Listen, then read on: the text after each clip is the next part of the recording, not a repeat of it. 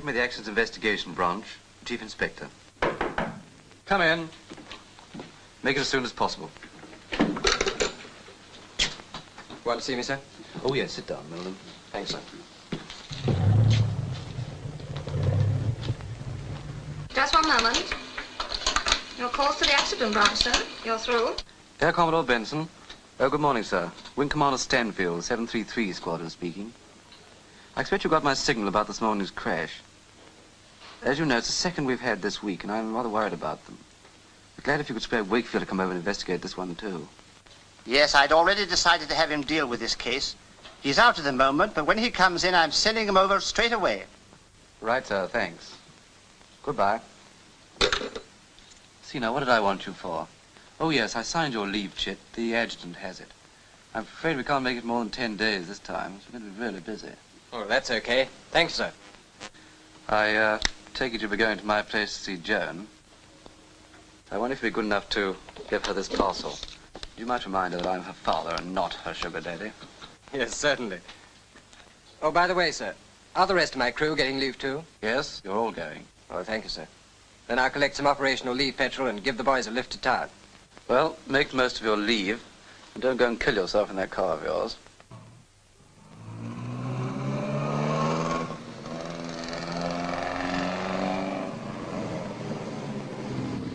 Say, we're flying pretty low this morning, aren't we?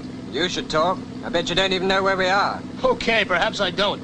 But prithee, stop at yon ancient hostelry just ahead, sire, where we can get a pinpoint, a pint... Yes, yes, quite.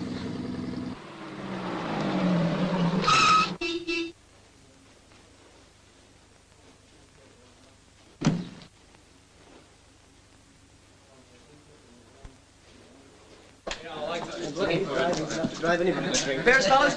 Yes, please. 4 bitters, please. Oh, and can you tell us where we are? Little Mollingford, sir. I still don't know where we are, but I know where I shall be for the next 10 days. I'm going up to town. I booked a room at the Piccadilly Palace. I hope Doc will fix you up with some sick leave when you get back. You'll need it. I hope. Cheers. Oh, Jock, I suppose you'll be going over the border to see the Bonnie Bairns. I sure am. I'll be heading north just as fast as my horse can take it. Clark, what have you got lined up? Well, for Pete's sake, he's only been married 5 minutes. What do you think he'd be doing? Come on, boys, drink up. We all know what Johnny's going to do. He's chasing the Wing Co's daughter. Hey, Johnny, I bet you a dollar you're going to lose your nerve again this time. The trouble is she might say no, and I'd hate that to happen. If that chap doesn't pop the question this time, I have to put him on a charge.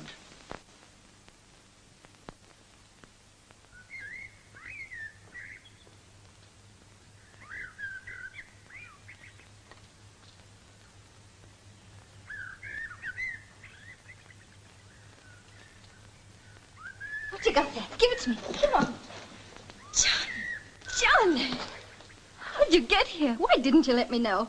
Oh, I'm glad you didn't. It's such a lovely surprise. Let me look at you. Can't believe my eyes. Oh, Johnny, how long have you got? 10 days. Grand. How are you? Fine. Me too. And how's Daddy? He's very fit. And Robin? I'm afraid Robin had it this morning. He dived straight into the deck and they were all killed. Johnny. Lord knows what caused it. Your friend Wakefield's going to investigate. Thank heavens you're here. Come on. We've only got 10 days. We better make the most of it.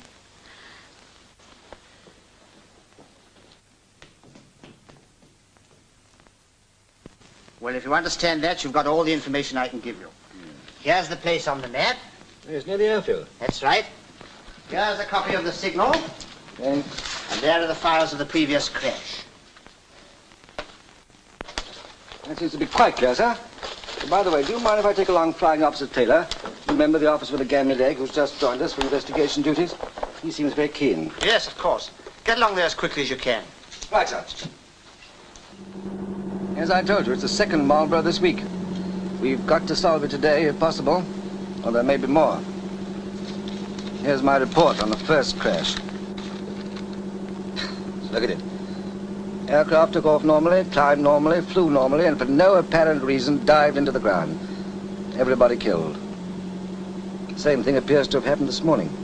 The annoying part was that when I got to the spot, the policeman gave me a piece of the rear spar of the tailplane, which some man had picked up.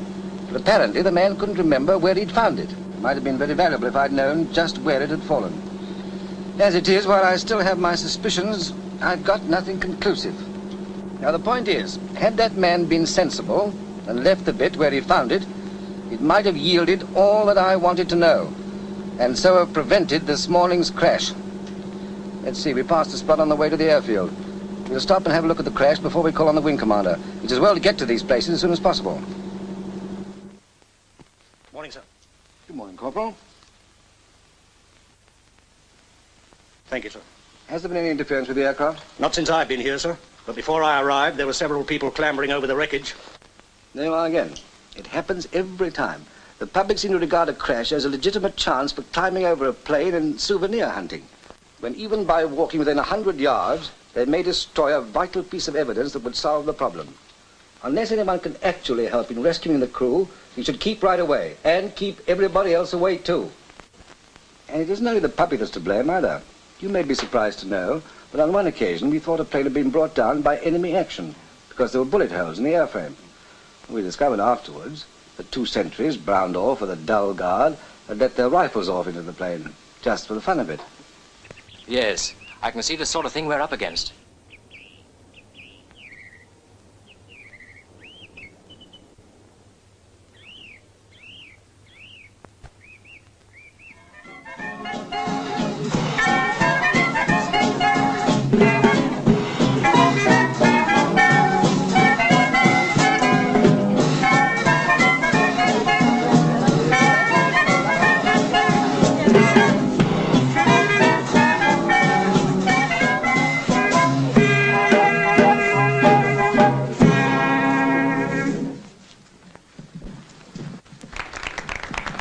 Remind me to tell Mrs. Stanfield that her daughter's becoming very forward. But I like it. Well, darling, here's to my latest car. Incidentally, the owner told me to tell you that he adores you. Of course, Johnny, you never could devote all your affections to one person. I suppose I'll now be taking second place to the car. That's just where you're wrong. There's only one thing I want in the whole world, and that's... Right, lady, sir? How right he is! But still, that doesn't help me. It's difficult to explain what I mean, but what I'm trying to say is... Darling! It's true, then! Waiter, the champagne! Coming, sir. I've been living for this moment, Johnny. I can hardly believe it. And I've had this for months. You cheat. How you like keeping me in suspense. I love it, too.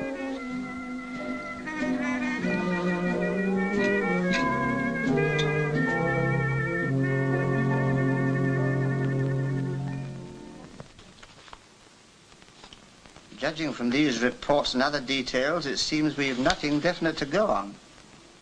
Nothing definite at all, sir. Several bits of the aircraft are missing. One of the pieces that I particularly wanted had actually been removed. So once again, although I have an idea or two, the evidence is very slender. Well, both these cases seem to have one common feature. Failure of elevator control. We know it's not the cables, they're intact. So it's imperative that we find that missing portion from the rear spar of the tailplane. We must search until it's found.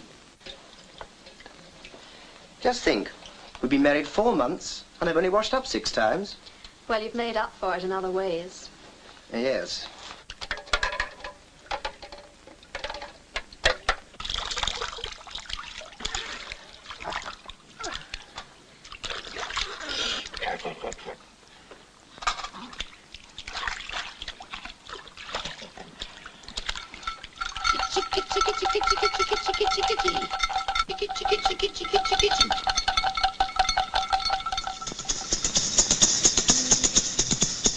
En la tierra cubana de la rumba la cuna, yo contigo quisiera por siempre vivir. Ay, mi linda morena, vámonos para Cuba. Boy, if you could only cook. Johnny, you are a fool.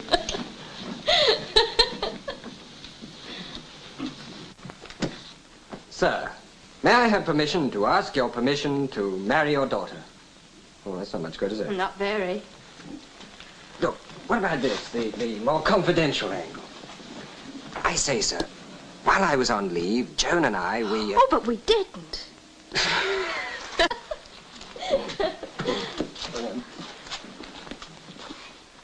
Okay.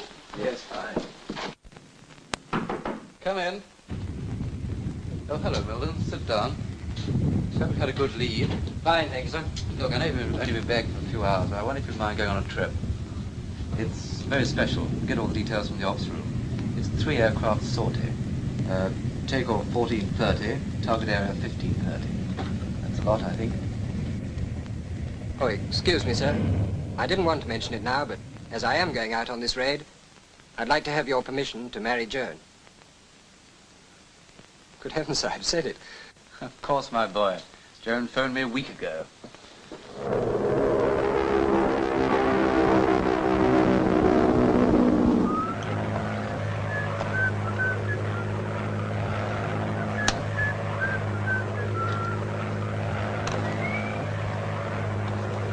Navigator calling pilot. We're dead on track. Should be over target in 2 minutes. Good old Shorty, dead on ETA. Stand by, boys. Keep your eyes skinned. We're running on target.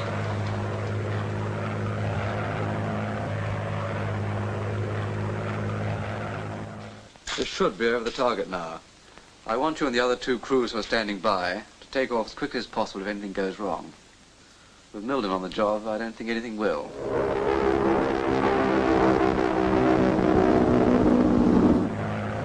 Boy, what a show! Bet Jerry's still wondering what hit him. Lucky Johnny again. Must have been their day off. Not a shot fired. What's the matter, old thing? You taking avoiding action?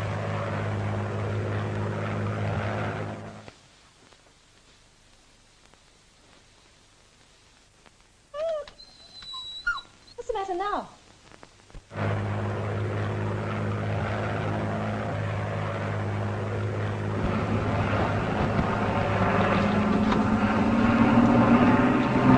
Something's gone wrong. Shorty, come give me a hand. The stick's jammed.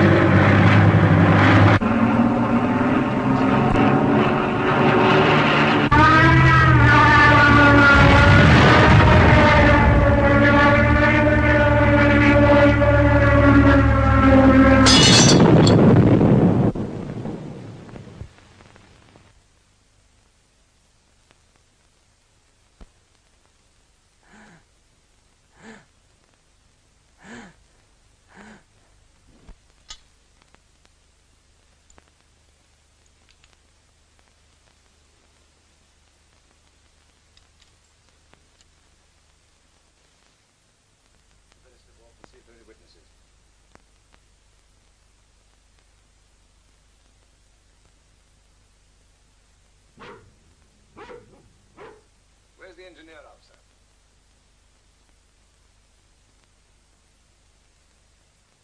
I say. Oh, run away and play. I beg your pardon. Oh, I'm so sorry. I thought you were someone else. May I have a word with you? Official business, of course. It's about this crash. Did you see it? Well, I heard it.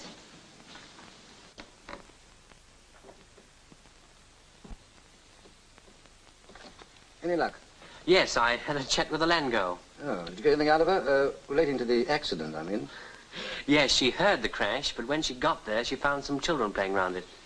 So I suppose I'd better get along to the school. It's incredible. It's the 3rd time a piece of spar with a hinge bracket has been lost. We must find the outer hinge. Yes. I'll see the pilot as soon as I can. You cut along to the school and the police station. And book a couple of rooms at the Crown. I'll see you there later.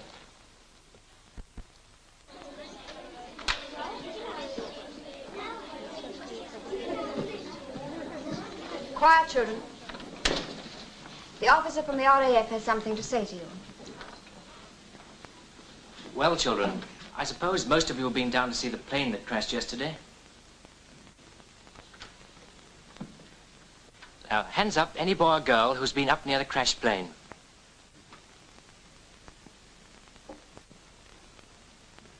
Now, children, hands up anyone who's seen the crash.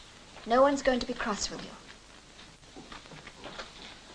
Hands up any of you who's taken some bit from the plane. That's better. Now bring them over to me, will you?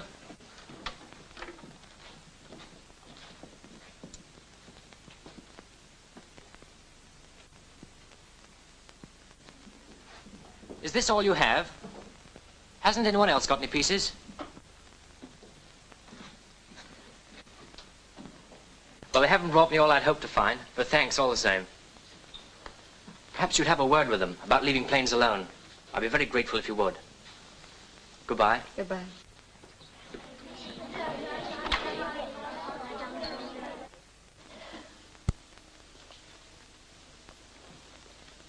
Don't you worry about me, darling. At least I'm alive. Think what the other boys' folks must be feeling. Don't know how they could stand it. Oh, Johnny, thank God you were saved. I'm afraid I'm not much good to you now.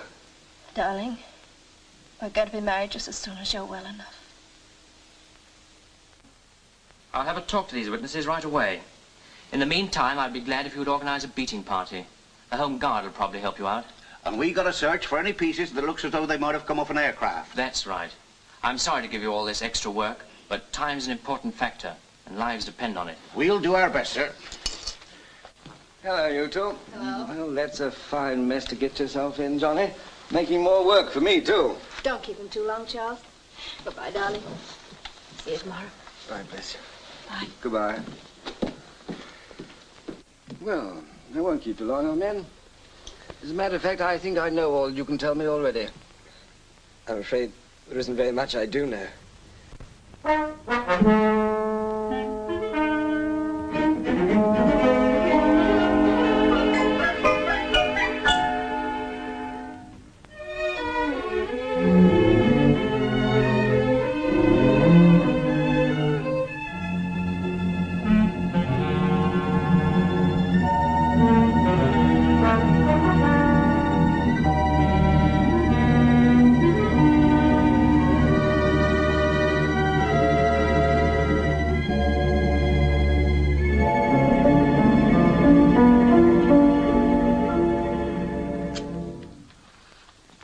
Evening, sir. Well, Any luck, sir? complete washout. Door blank everywhere. How'd you get on? Not a thing. Well, gentlemen, what can I get you? I'll have a beer, sir, thank you. A beer, no scotch, please.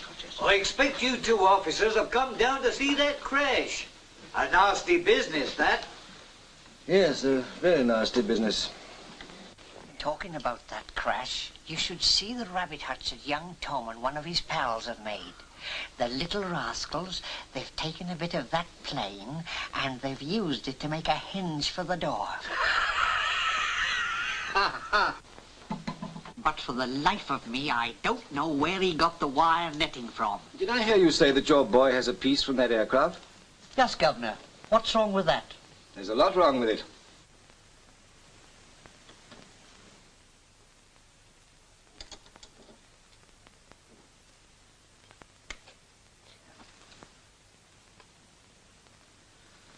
Well, my boy, if you knew how valuable this may be to us, I'm sure you never would have touched it. Perfect example of fatigue failure. Take a look. Just a simple little thing like that. Probably a faulty batch. Nobody's fault, but if we'd only known this after the first crash, we'd almost certainly been able to save the other two. We must go on to Defects Air Ministry at once. Yes, well, this one's conclusive. And as the symptoms were precisely the same in the other cases, it's reasonable to assume the same cause. Will you check on all Marlborough aircraft immediately?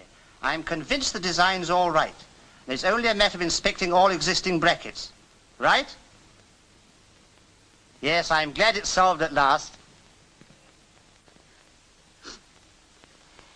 Yes, Mother, I know he might have been shot down by the enemy, but to think he's been crippled for life by his own countrymen.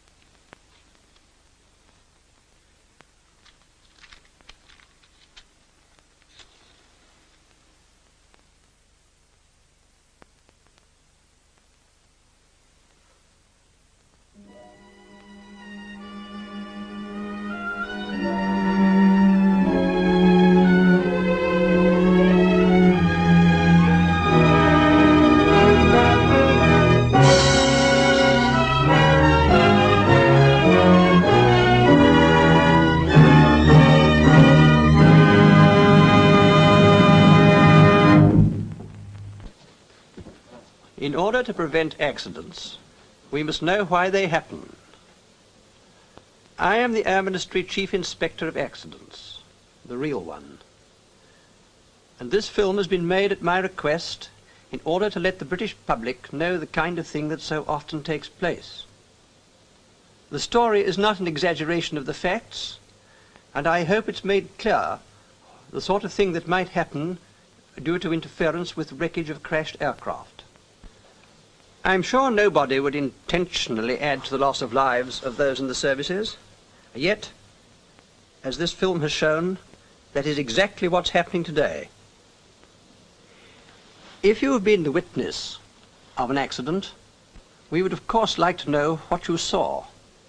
But unless you're certain that you can help in rescuing somebody, please keep away from a crash and keep others away, especially children.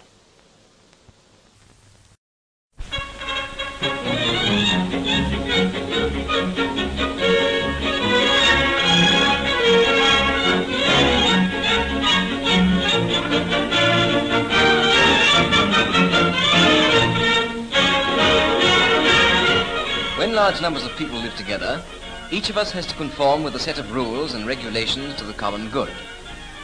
Although we have a great deal of personal freedom, there are many ways in which we must order our behavior so that the greatest degree of convenience is enjoyed by all.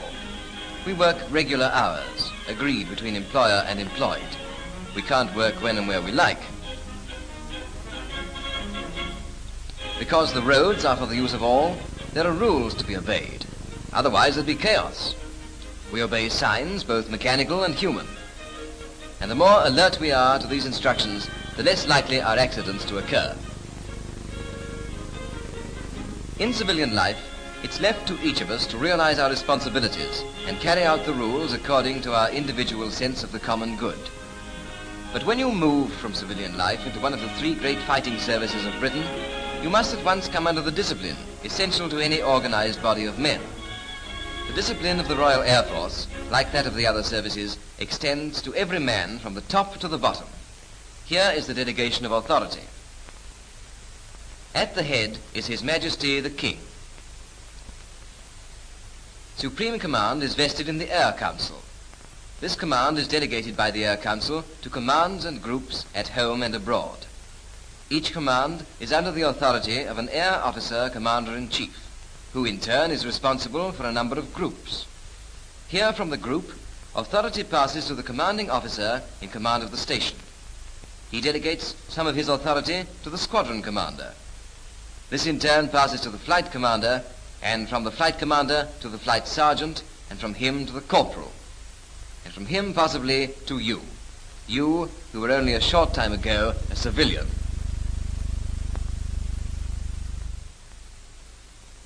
Now you're destined for a different kind of life, and one that demands your utmost effort in discipline and enthusiasm.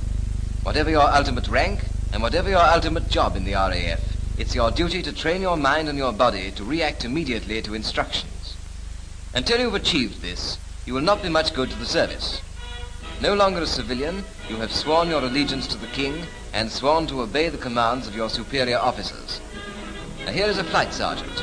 You can recognize his authority by the stripes on his sleeve. He gives the command, "Fall in," and the men obey. A part of your training is devoted to drill. It's important for you to know why you must go through with this drill, which, as you may say, has little to do with flying. But this drill is training your mind to act quickly, to respond to discipline, and to recognize authority when you see it.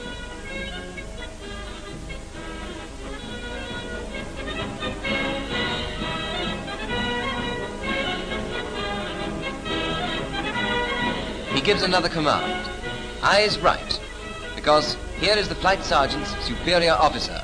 Both he and his men recognize the authority of the officer. You recognize the flight sergeant by his rank. You recognize the officer by his holding the King's commission. You salute an officer, but you do not salute a non-commissioned officer, and yet you still obey his command.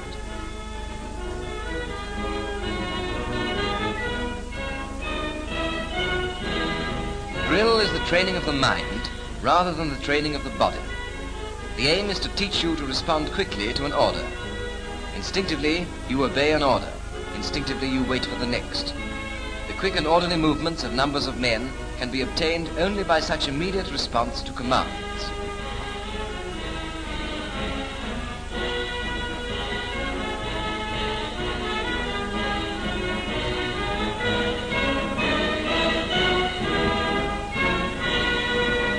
If these men were not disciplined, chaos would follow the word of command. It would be impossible to control such an undisciplined body of men.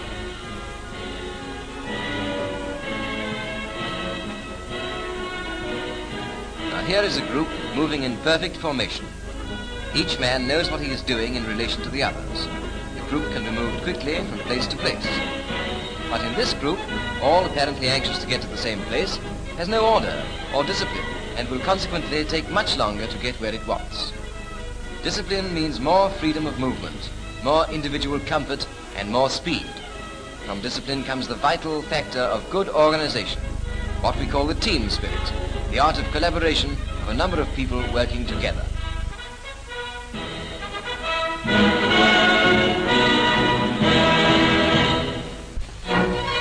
Most of you have played games at some time, and you know how in football, for example, a side playing in cooperation will always make rings round a side playing as individuals. If your side is playing together as a team, each man knows what the other is doing, relies on him to do it, and such a side must be stronger than one made up of individuals, each relying only on himself.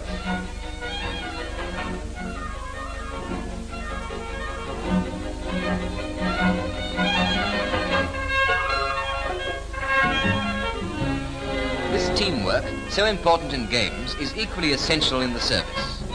Without it, we should be disorganized and ineffective. And so discipline and teamwork are two essentials which you've all got to give.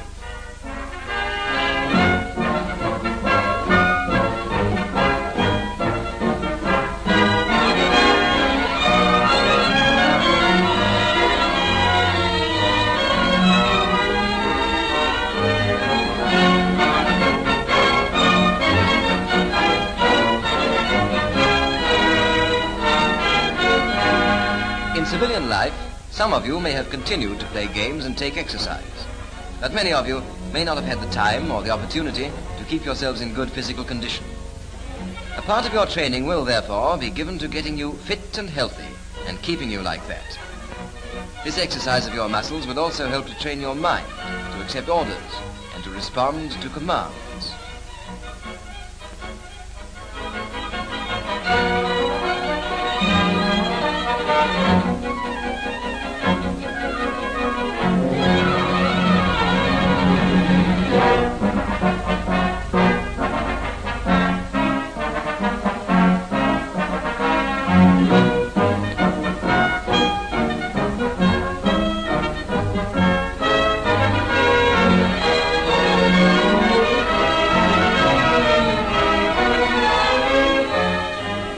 Take a look at yourself now. Measure your muscles and your chest. And then take another look at yourself in 6 weeks' time, and you'll see what this training has done for you. This is a state of fitness that all of you will achieve soon if you cooperate with alertness and enthusiasm. Drill and physical training are going to give you that efficiency and keenness with which all your work must be carried out. There's no use for any casual approach to things when the safety of others and maybe yourself depend upon efficiency. Unless you're on your toes the whole time, you may easily overlook some vital detail resulting in serious injury and perhaps death to those who have placed their trust in your work. Remember that these aircraft are the product of hours of labor by skilled workmen. All over Britain and the Empire, thousands of men and women are working long hours to build them. Their care is your trust. They've been delivered to you in perfect condition, and it is your efficiency and your enthusiasm which will keep them like it. It's the discipline that comes from your drill and physical training that will give you this efficiency in your later work. It doesn't matter whatever course you're destined to go through, the initial drill is the foundation on which your efficiency is built.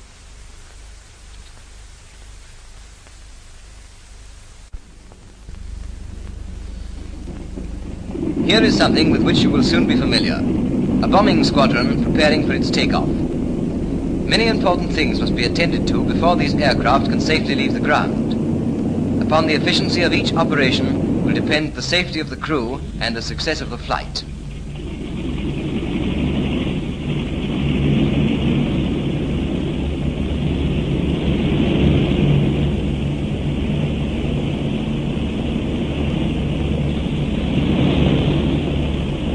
Each man has his own special duty to perform. He knows exactly what he must do. He does it without hesitation and without question, but with speed and reliability. Discipline and keenness is giving efficiency to the work. Every preparation is finished, everything is ready.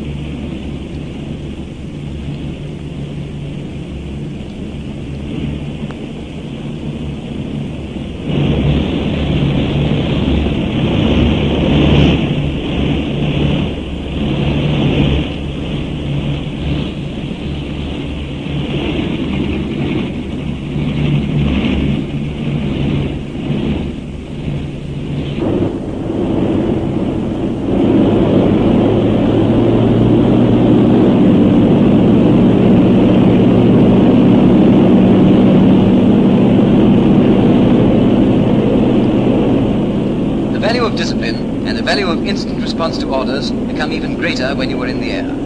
A second's hesitation in carrying out an order, and you may cause the most serious disaster. An emergency may arise.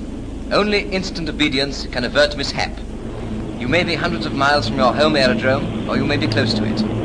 When a pilot finds that something has gone wrong, he must decide instantly whether a forced landing is necessary. Something has gone wrong here. He knows his instructions, and because his mind is disciplined, he will carry them out immediately. He knows, too, that each member of his crew awaits his orders because he is in command. They depend on him. The pilot must decide at once. This is a moment for which his training and discipline have prepared him. He knows that to save his aircraft and his crew, a forced landing cannot be avoided. He orders his wireless operator to signal back to the aerodrome that he is going to make a forced landing.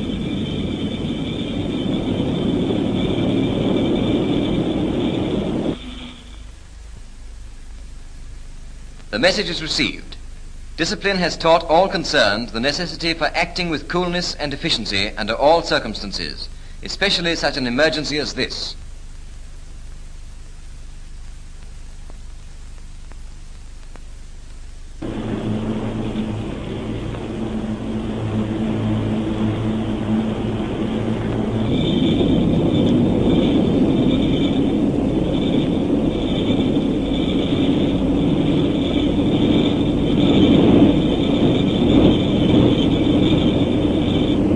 One engine not working properly, the forced landing is successfully made. But if the crew of the aircraft had not been disciplined, confusion, panic, and even disaster might have occurred. Both aircraft and crew are safe. The pilot in command knew his orders, and the crew obeyed too. Discipline has triumphed.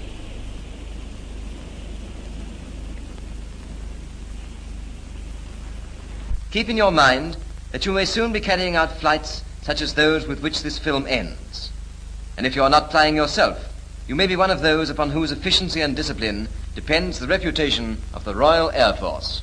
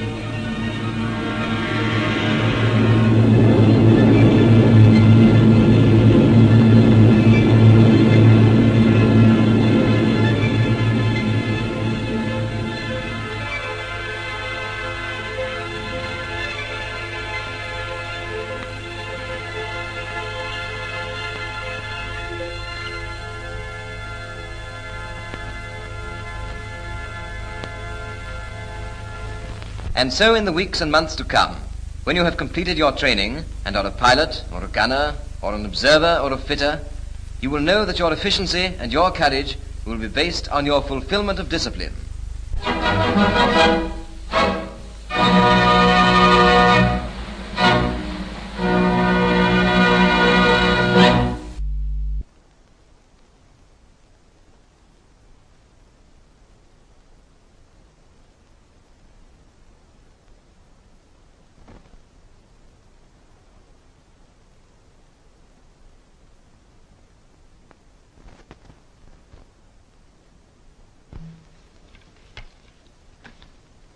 The object of this film is to show you, first of all, what happens when one is taken prisoner.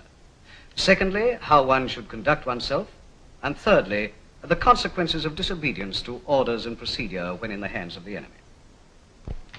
You should remember that although a prisoner of war, you are still a British subject and under the orders of the Royal Air Force.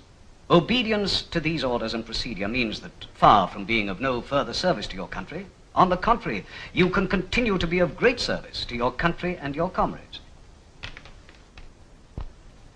The enemy hopes to obtain valuable information from every prisoner, and this film will show you some of the methods he employs, some of the tricks he uses to wheedle that information, which, if obtained, might prove disastrous both to your country and friends. All the information you should give in the event of falling into the enemy's hands is your name and rank or number. You should not, indeed you must not, converse with the enemy in any circumstances at all. And you should never discuss any military subject with your fellow prisoners. This film will show you how even a whispered conversation can give information of great value to the enemy. The sources of information and the methods employed by the enemy in this film are based on fact, having been compiled from the notes of officers and other ranks who were prisoners of war and escaped, or managed to get the information through. Now, you're all conversant with the procedure before taking off on an operational flight. At an Air Force station somewhere in England, the fellows on duty are just taking off. So I will introduce you to the characters in this film, whose adventures you will follow, and from whose experience I'm sure you will learn the lesson this film has to impart. Captain of the aircraft, Flight Lieutenant Wise. His friend, second pilot and navigator, Flying Officer North. The other two members of the crew, Sergeant Ray, the wireless operator, and Sergeant Keane, the gunner.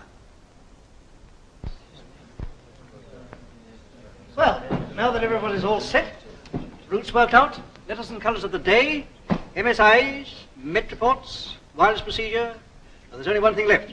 Turn out your pockets. Sergeant, get the envelopes.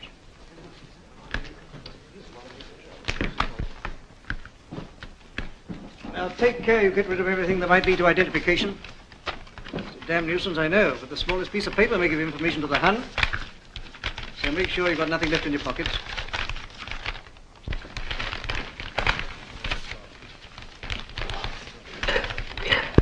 All right, chaps. Get dressed up.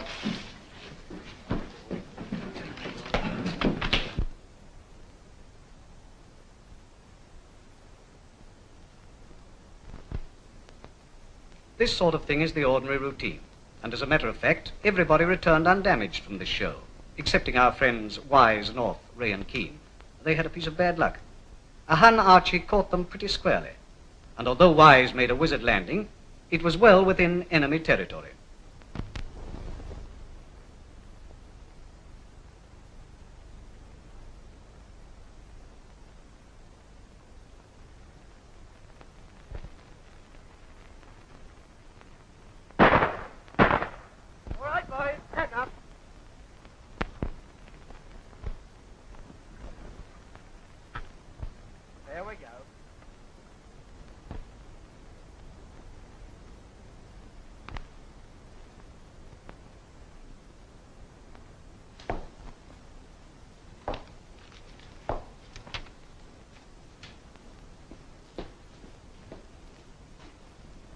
Good. We have work to do. Stand it. The crew of the British bomber are now being searched. There are two officers. I think you had better entertain our guests. Very good, sir.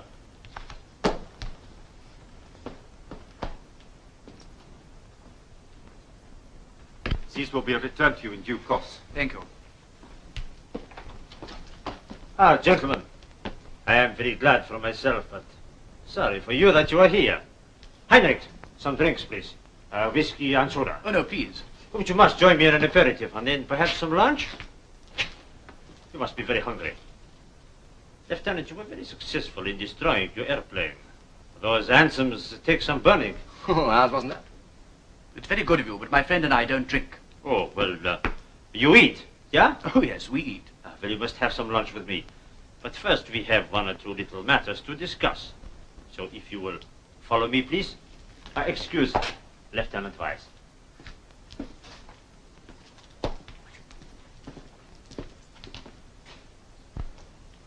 You will excuse these formalities, Sergeant. We have found nothing on you. And you have made a very good job of destroying your machine, eh? It was very bad luck. I'll say it was. You had finished your job? Sure. Bombing? Now listen, Fritz. I'm saying nothing. Oh, so, but you must be thirsty. We have a little drink, eh? Now you're talking. Sergeant Muller, some English beer, eh? What? You got English beer here? Oh, yes, some supplies we obtained. Had you begged any of our fellows? Well, I did. A Messerschmitt 110. When was that? Oh, last week. In the same machine that you came down in, the Hudson? Yes. Ah, that type has 2 guns. 2 guns? 4. It is all the luck of the game, as you say. Ah, the beer. Thank you. Now you will Thanks. excuse. I'll see you later. Excuse. I'm sorry, but I must lock you in. Not bad fellows, are they? No, but don't you think you've been talking a bit too much? Me? I've said nothing. Well, you never know. We're an awful lot of devils. There's one thing we mustn't let them know, and that's where we've come from. Of course not.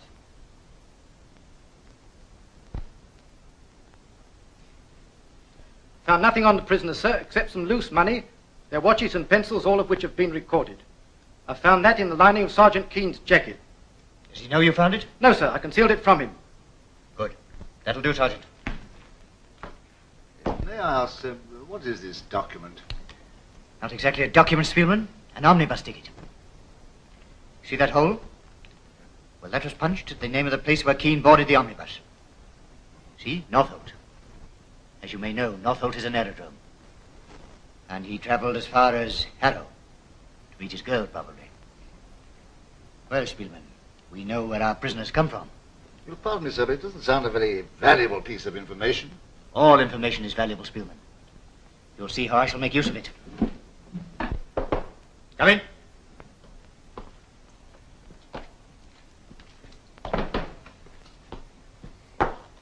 Flight Lieutenant Weiss, sir. Good morning, Lieutenant. Congratulations on your safe landing. Thank you, Captain. Damn it, sir. Won't you be seated?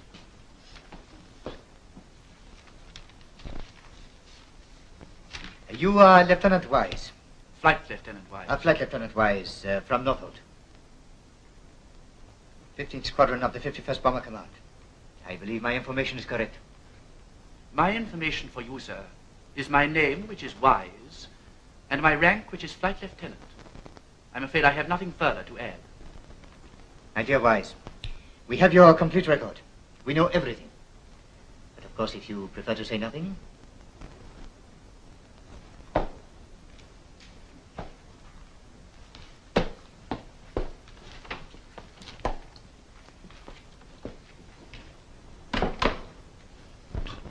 Insulting young swine, sir. I'd have beaten him up. Restraint pays, Spielman. He acted quite properly. If I were in his place, I'd do the same. We can only hope that all our prisoners behave as well as this Britisher. Keeping Wise ahead of a time? Oh, so. Mr. North, will you come with me, please? Where's Flight Lieutenant Wise? Oh, you will see him again later.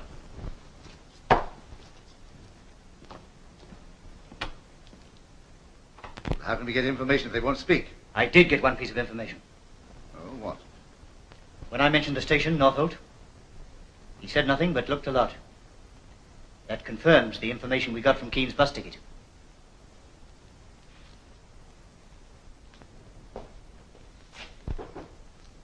Come in.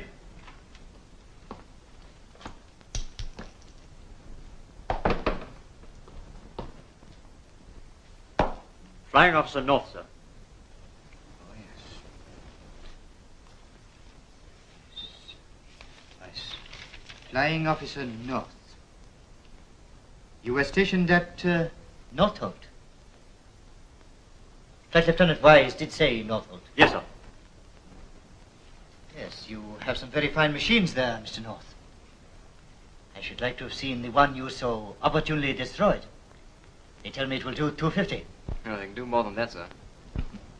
Really? What did you say was the number of your squadron? I didn't mention my squadron. Oh, Flight Lieutenant Wise saw no reason why I should not know the number of his squadron, seeing that I knew where he came from. I merely wondered whether you were in the same squadron as Lieutenant Wise. Yes, we are in the same squadron. You are a navigator, Mr. North. Yes, sir. Did you have much difficulty in finding your way? Oh, no, this isn't my first trip.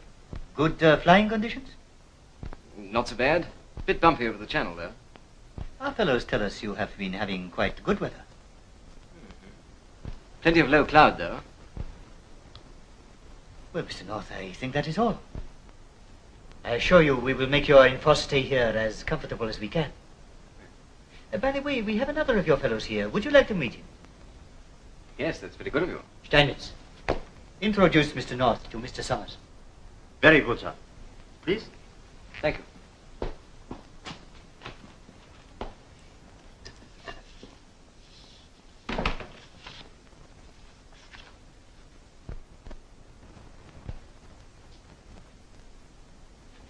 When are these blighters going to give us something to eat? I'm starving. So am I. I wish we could get out of here. Excuse, Mr. Summers. I have a friend in misfortune. Oh, really? This is Mr. North, Mr. Summers. How are you? How do you do? Gentlemen, excuse? Certainly. Hello, boy, what happened to you? Fight us or act? No, matter of fact, a bit of Han Archie got us this morning. Tough luck. I was shot down over Amiens. I was with Group Captain Painter's crowd. You know, old Teddy. Lord, yes, he used to be my OCO. Great scout, isn't he? Rather. Take a pew. Oh, thanks, I will. Does he to treat you pretty well? Oh, the Hun's not so bad, you know. After all, we treat their fellows pretty decently. I suppose they think they ought to do the same to us. Yes, I suppose so. I'm waiting to go to some wretched hole near Berlin, I believe. You're bombers, aren't you? Yes, Northolt. Northolt. What squadron are you then? 16. You know Frank Atkinson? Atkinson? Oh. No, I never met him. He was a great friend of mine. Well, have a cigarette, old boy, will you? I'm sorry I can't offer you a players. Have some air salts. Thanks very much. They took all my stuff from me in that little room, you know. And my message. Gentlemen, excuse. With the compliments of the Mess President, Flying Officer North, will you lunch with us? That's very nice of you. Thanks, I will. Excuse me. Oh.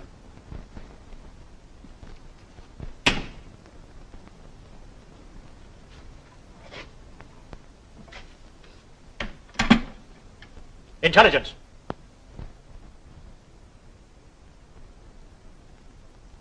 Private Holstein speaking, sir. Did you get the number of their squadron? Yes, sir. The prisoner, North, said 16. Oh, 16. Yes, Captain. Good. Keep him talking. Do you think we've got any chance of escape? Only one, I reckon, is if some of our fellows were to come over and bomb here. We might get away in the confusion. Pretty poor chance of that. Oh, I don't know so much. What do you mean? Well, I was talking to Fatty Banks a couple of days ago. You know Fatty. Well, he's just got his flight and been posted to the new bomber command. He was telling me that they're planning a big show with those American Rapier 20s. Lucky blinder. I saw one the other day. Very grand. When's the show coming off? That is that first fine day. You know what sort of weather we've been having lately. Where is this new command? At the new aerodrome. It's just near us. Fatty wouldn't let on where it was. Said it was all hush-hush. He probably didn't know. Proper sprucer, Fatty. Who's the CO? Jock Sutherland. He's a group captain. What, him? Why, my girl drives him. She's in the WAFs, you know. Well, I'm blowed. I had a row with her the other night about him. We had a date at Harrow to go to the pictures. I ran like hell to catch the bus and got there on the tick of time and then had to wait 40 minutes for her. What was her excuse? She had to drive the CO, this Jock Sutherland, from Northolt to Northbridge.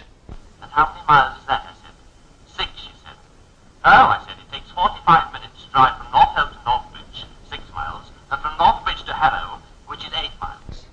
Did the CO want to stop and look at the scenery for the rest of the time, I said. Ooh, I was wild. What did she say? Said I was jealous. Would you believe it? Me, jealous. Good day, Captain Betzop. Now, what information have you obtained from the prisoners? Just this, sir. Flight Lieutenant Wise, Flying Officer North, Sergeant Ray and Sergeant Keane are members of the 16th Squadron of the Medium Bomber Command stationed at Northolt. Yes. And from interrogation, we have learnt that there is a new aerodrome recently commissioned in the vicinity of Northolt. Good. Show me. I will, sir.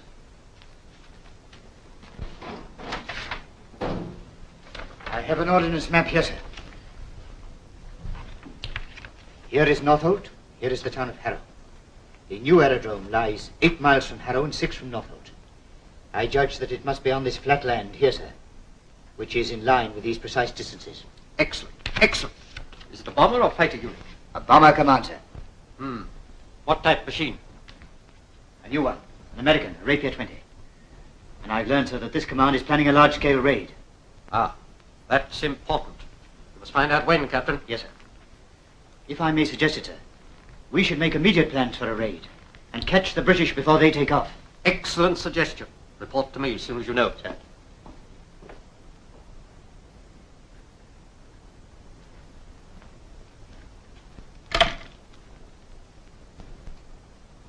Send in the English prisoner, Sergeant Keane.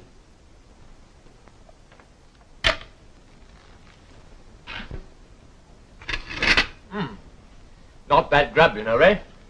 No, not bad. I wonder how long it's going to last, though. They seem to be lashing us up too well for my liking. It all looks a bit phony to me. I wonder when they're going to interrogate us. They always do, prisoners, you know. Oh, well, they'll get nothing out of me. Well, mind you don't tell them where we've come from or the number of our squadron or anything. Trust me. I'll tell them we come from Harrogate and that I'm in the Coastal Command. Oh, I wish it was over. I hate this hanging about. You'll get plenty of that from now on. So you've finished your dinner, eh? You like it? Oh, not so bad, Fritz. Not so good as our grub, but still. Oh, well. The Commandant wants to see you. Not you, Yuki.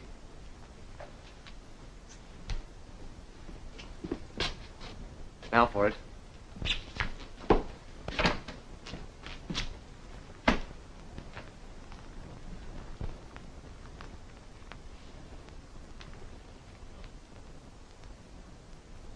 What is your name, Sergeant? Keane, sir. Number 85341. You are the air gunner. Yes, sir. What is your unit, Sergeant Keane? The 51st Squadron, sir. The 6th Bomber Command, Harrogate. Harrogate? That is a new aerodrome. Yes, sir. You insolent young puppy! Do you think you can make a fool of me with your lies? Sergeant, when this interrogation is over, give this man 3 days solitary confinement, bread and water. Any more lies from you, you get a month.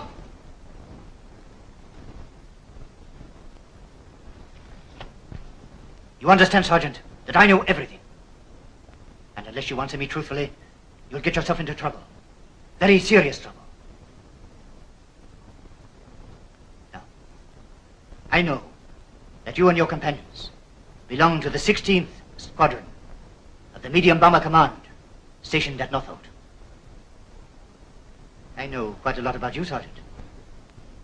Our spies in your country are everywhere. For instance, I know that before coming off on this flight, you went to the pictures last Saturday night in Harrow with your lady friend. How did you know that, sir? It is my business to know, and it is your duty to answer me truthfully. Now, there is a new aerodrome at Northbridge. Well, I didn't know that, sir. Maybe not, but I am telling you that your lady friend is employed there. What? Well, she never said a word to me about it. She may have said quite a lot to somebody else. I don't believe that. That is your concern. Now, Keane, at this new aerodrome, There are some new type bombers. Yes, sir. They're fine. And they'll beat anything you've got. That is a matter of opinion. Still, I am glad to know that you are now speaking the truth. You may cancel that 3-day sentence, Sergeant. Yes, sir. Oh, thank you, sir. Now, the machine you came down in was a Hudson. Well, we know what Hudsons are like. My people tell me the bomb sights are not so good. They're not bad, sir. But the sight they've got on the Rapier 20, it's American invention, is accurate up to 15,000 feet.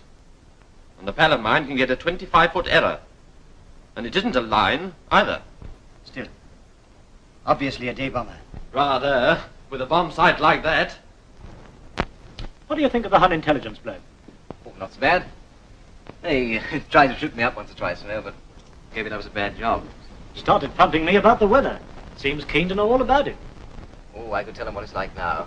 We had a hell of a bumpy crossing. Low cloud and a 40-mile wind from the southwest. Of course, our Met fellows reckon this wedge of low pressure will last another 2 or 3 days, and then we'll hope for a fine spell for a week. Weather conditions won't affect us for some time. No, I suppose not. Gentlemen, excuse. Flying Officer North. You will come with me to your quarters now. Is Flight Lieutenant Wise there? You will see him again later. All right, well, cheerio, Thomas. Cheerio, North. See you later.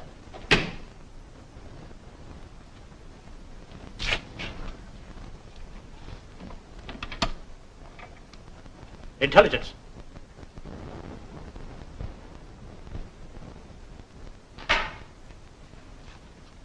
Hello, where's my pal, Keene? You will see him later. The Commandant wishes to speak to you now.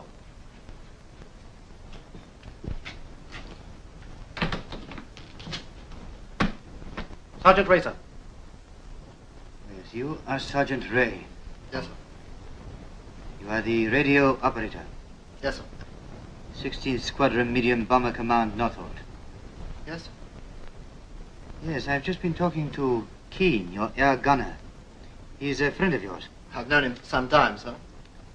Yes, but your chief friend is, Fatty Banks, isn't he?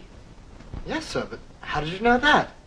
Yes, as a matter of fact, your friend Banks was taken prisoner less than an hour ago. But that's impossible, sir. Why, they weren't due to start until... Until when? I don't know exactly, sir. But I know Fatty told me they weren't going to start until the weather had cleared. Oh, you've been having bad weather over your way. Yes, it's been very bad, sir. Well, perhaps your friend's plane was on reconnaissance. Maybe, sir, but I can't understand it. Fatty told me he was going to be in a big show. Tell me, Captain, what reasons have you for stating that this British raid will take place on the 23rd? In the first place, sir, we know from the information obtained from the prisoners that the new aerodrome at Northbridge is in full commission and that it has its full complement of Rapier 20s. We also know that the British have made every endeavor to keep the locality and the full strength of this new command as secret as possible, even from its own people. The prisoner raised friends. Let me see, what was his name? Ah, yes, Fatty Banks, whom I pretended had been taken prisoner. Anticipated taking part in this show, as they call it, directly the weather allowed. From the prisoner North, we obtained as full a meteorological report as one could wish. In fact, he repeated to one of my men the meteorological report he had had before taking off. The present wedge of low pressure will have passed on the morning of the 22nd. Therefore, sir, on the morning of the 23rd, the raid will take place. Yes, I see. I think you're right, Captain. So that means that we shall have to be there just a few hours earlier. I am revealing no secret when I tell you that the German raid took place. Fortunately, the results were not quite as bad as might have been expected. But a number of good men lost their lives without even a chance of getting a smack at the enemy. The plans to carry out our raid had to be deferred, and we lost over 20 aircraft. I don't think I'm putting all the blame on Sergeant Keene, but as you will have observed, his overlooked bus ticket gave the German intelligence officer his first clue. You see, once the German knows where you come from, he's got a line to talk about. As two strangers meeting for the first time seek a subject of mutual interest, so the German intelligence officer looks for a clue. He found it from Keene's bus ticket, and he got something else too. Nothing pleases the intelligence more than to spring a piece of information on you suddenly and take you off your guard. Even Wise tripped up. Yes, Flight Lieutenant Wise. Flight Lieutenant Wise. Of Norfolk. The reaction of Wise confirms the location of his unit. Although the German intelligence officer was unable to obtain the identity of their unit from either Wise or North, the next trick is the German impersonating the British officer. I cannot emphasize too strongly that you should never talk to any fellow prisoner unless you know him personally, and even then you should never discuss any military matters with him. The German played the British officer to perfection, even pretending to know mutual acquaintance. You're bombers, aren't you? From Northolt. Northolt? What squadron are you then? 16. Do you know Frank Atkinson? Atkinson? No, I never met him. Having learnt the identity of their unit and its location, the next item on the Hun agenda is the type of aircraft, performance, and armament. You remember the scene between the jolly German NCO and Keane? Had you bagged any of our fellows? Well, I did. A Messerschmitt 110. When was that? Oh, last week. In the same machine you came down in? The Yes. Hudson? Yes. That has 2 guns. 2 guns? 4. You will have noticed that the interrogating officer doesn't insult your intelligence. He knows quite well that no man of the Air Force would ever wittingly disclose anything he considered to be of vital importance to the enemy. But you will recall how the most secret information was obtained through idle chatter, overheard by means of a concealed microphone.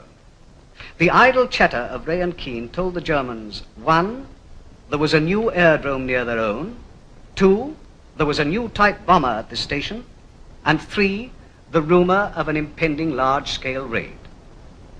When Ray and Keane were talking about Fatty Banks, they hadn't the slightest idea that their conversation was being overheard. Now, neither Ray nor Keane, nor indeed any of the prisoners, know when this show is coming off. But observe how the German intelligence piece this jigsaw puzzle together and find out this most vital piece of information. First, the GIO discovers the position of the new aerodrome through Ray and Keane's chatter. You remember Keane's annoyance because his girlfriend had kept him waiting. And then had to wait 40 minutes for her.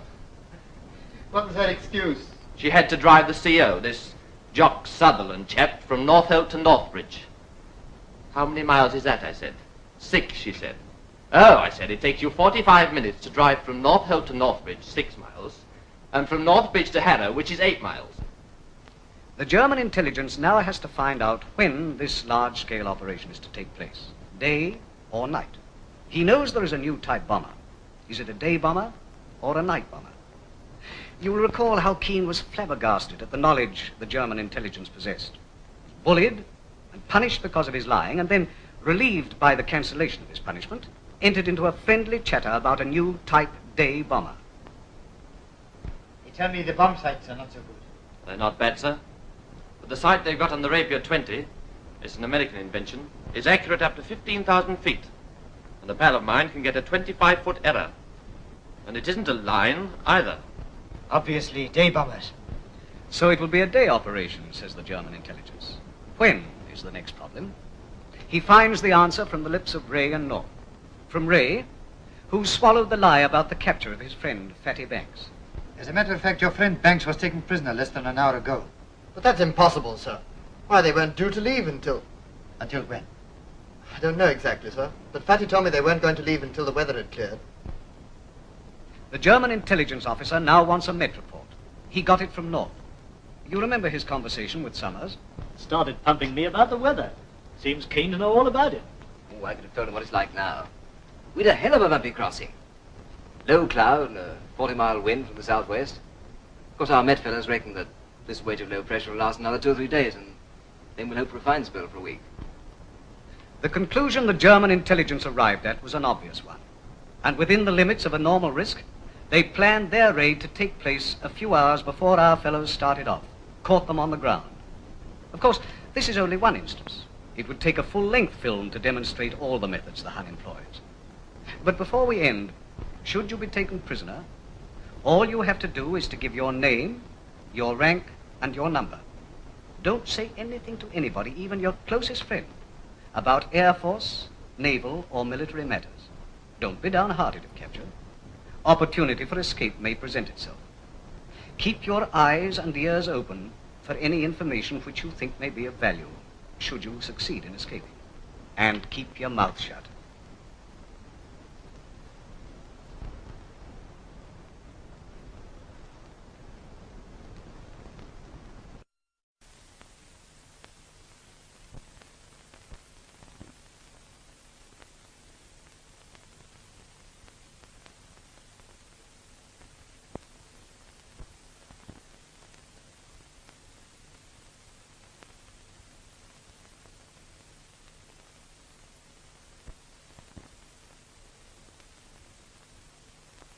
The object of this film is to show you how to obtain maximum proficiency as an air gunner. Natural gifts, like quickness of eye, deftness of hand, are very desirable attributes. But every air gunner can improve his efficiency and increase his accuracy by learning and practicing the drill routine which you will see on the screen. First of all, I will show you the customary procedure of air gunner members of a bomber operational crew. From the experience gained by operational air gunners over a long period, the drill and routine you will see subsequently in close-up scenes has been produced. For the moment, we will follow our operational air gunners and see what they do and the reason for the procedure. The man behind the guns is the air gunner, but the man behind the air gunner is the armourer. So we commence with a visit to the armoury. The armourer's responsibility is to see that the guns and turret are in first-class order, the ammunition tanks loaded with the correct ammunition for the operation. But the experienced air gunner leaves nothing to chance, and the usual practice is to pay a visit to the armoury before checking up the turrets a couple of hours previous to taking off. The experienced air gunner is not even satisfied with the 700. His alone is the final responsibility for the efficiency of his armament. To find out a slight error on the part of somebody else when 100 miles away from base is no satisfaction. The tail gunner is making his way aft, pausing to have a look at the recuperator, the key piece of the hydraulic system which provides power to operate a turret. The position of the air gunner in his turret tends to individual methods, some of which may be good, but a standard practice is just as essential in air gunnery as it is in naval gunnery. As our armament increases and new types are introduced, this standard procedure may vary from time to time. For the purpose of this film, the Fraser-Nash turret as fitted to Wellington aircraft is employed. As soon as he gets in the turret, the gunner checks his ammunition, both tanks of course. He knows the 700 states that all tanks are loaded, but, well, you can't be too certain. It wouldn't be the first time a gunner has found one tank empty. You will note that this gunner leaves his ammunition belt over the duct, which enables him to load up quicker than if he has to use the loading cable and pull it right up from the tank. He puts one round over the retaining pole,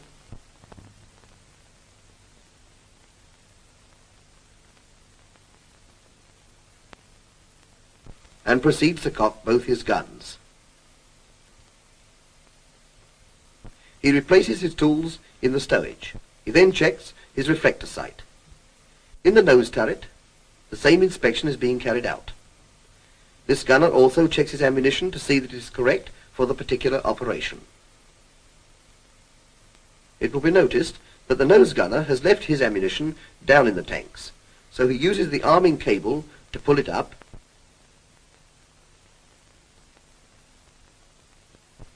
threading it through the feed opening and down the duct. Note the absence of hurry or flurry.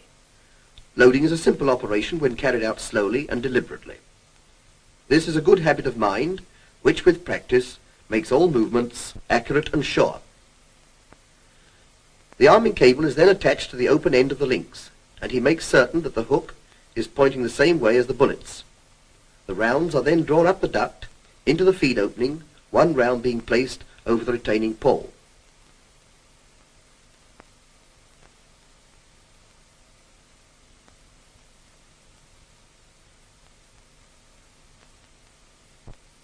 The breech cover is closed, and the arming cable returned to its correct stowage.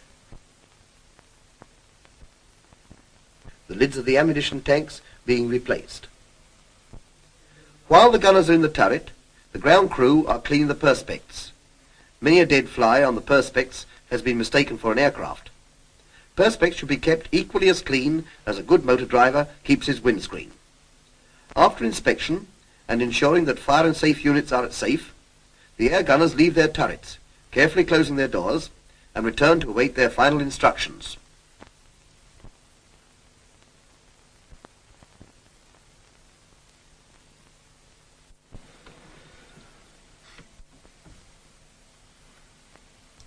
The crew of an op bomber. One of the best examples of what is known as teamwork. Each man knows his job thoroughly and, what is more important, knows that every other member of the crew is an expert at his job. The success of the operation is the success of the crew, but at any moment one member may be called upon for an entirely individual effort. It might be the pilot, the wireless operator, the gunner. An air crew is a team, yet circumstances so often demand the utmost from the individual. Especially is this true of the air gunner alone in his turret.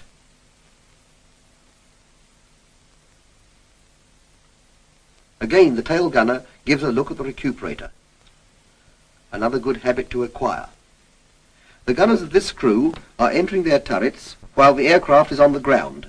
This rule applies when taking off from an aerodrome subject to enemy attack. When taking off from an aerodrome where enemy attack is unlikely, gunners take their position when the aircraft is airborne on the order from the captain. Now observe how the tail gunner gets in. Feet first and without touching the elevator bar. This is important, as even a lightweight gunner resting momentarily on the elevator bar when the aircraft is airborne can cause a lot of trouble. Bombers are not made to loop. Once in your turret, plug in your intercom and call up pilot. I am receiving you, strength 9 over, replies pilot. So tail gunner closes his doors, left first, then right, bringing the bulkhead into closing position. The nose gunner swings into his turret. It looks easy, and is easy when you know the right way and practice it.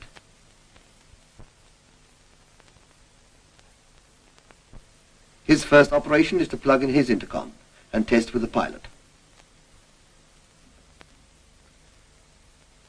He then closes his turret doors, first left, then right, making quite sure they are locked by leaning back on them. He then does up his safety harness.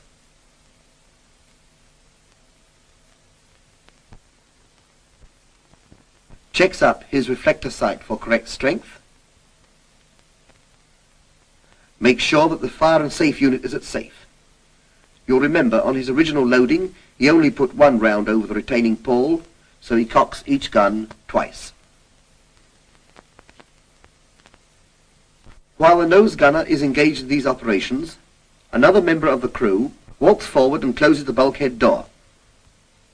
The aircraft engines are running, thus providing power to turrets, which are tested by the gunners for rotation, elevation, and depression. The captain is then informed by both gunners that guns and turrets are okay. Meanwhile, the other members of the crew have been following the usual procedure before takeoff. The aircraft and the crew are now one complete, efficient unit, ready for all eventualities.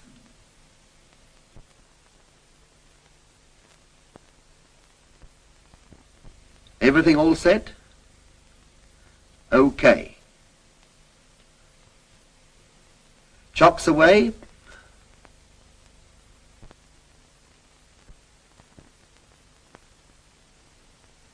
And off she goes.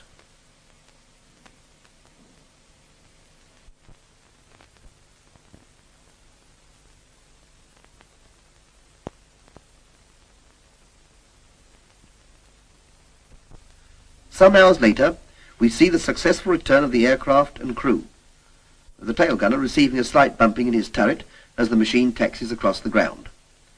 The ground crew, pleased to see their pigeon back, run forward and signal the aircraft into position and help the crew out.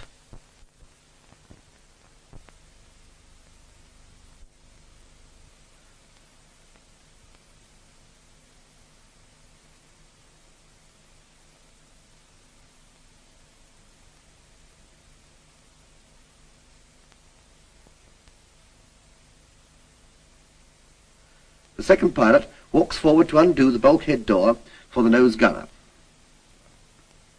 While power from the engines is still available, the tail gunner centralizes his turret and pushes home the lock.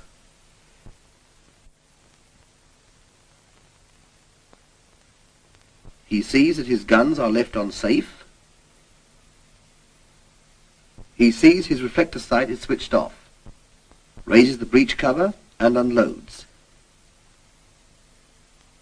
taking care not to let the ammunition slip back into the tanks by folding the belts outwards and backwards over the ammunition ducts. This operation is repeated with both guns. All this procedure takes place when the aircraft is airborne, if the base is not subject to attack. Otherwise, unloading, etc., is done when the aircraft has landed.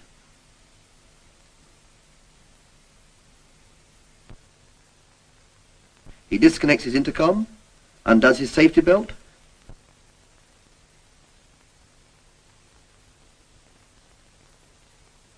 and placates his turret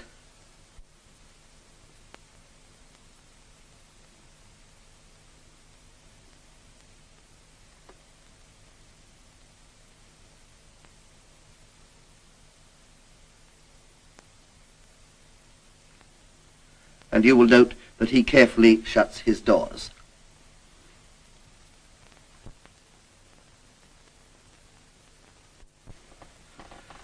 The nose gunner, meanwhile, having performed the same operations, comes out of his turret and carefully shuts his doors behind him, collecting his parachute out of the stowage as he goes. You have seen how all these operations have been carried out. They all seem very simple and straightforward. We want you now to see this done in detail. There is a right way and a wrong way. Learn the right way. This will give you an efficiency which will save you seconds. And a few seconds mean a lot when you have only 1/10 of a second on the target.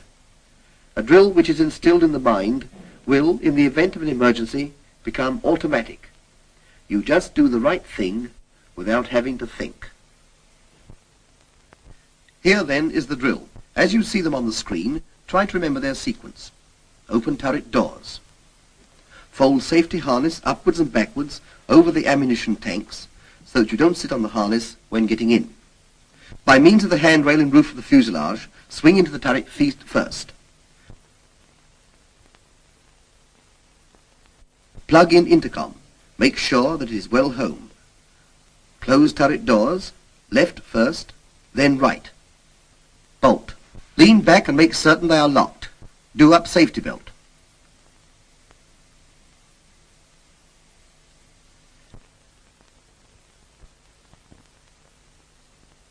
Test reflector sight, setting it for correct strength.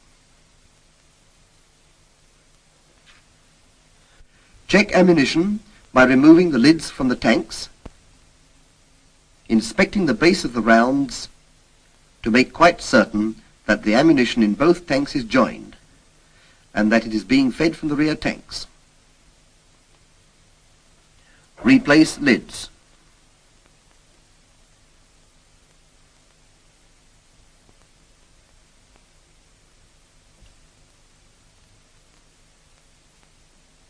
Remove arming cable and loading toggle, check them and return to stowage.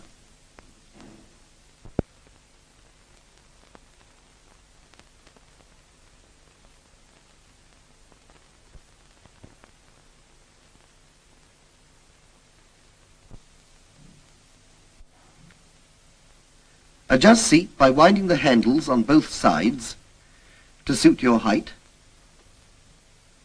and return handles to their stowed position.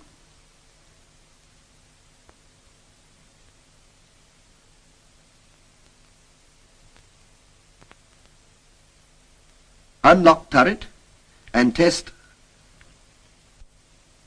for rotation, depression and elevation.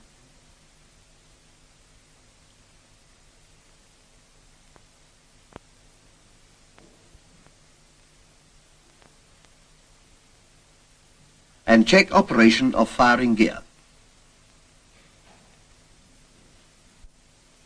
Load guns by pulling the rounds up into the feed opening with the arming cable. Detach the arming cable and press down the last link.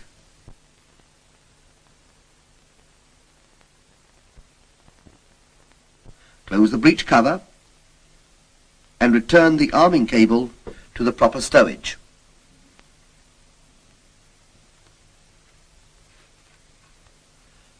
Cock guns twice by inserting the toggle over the cocking stud and pulling back.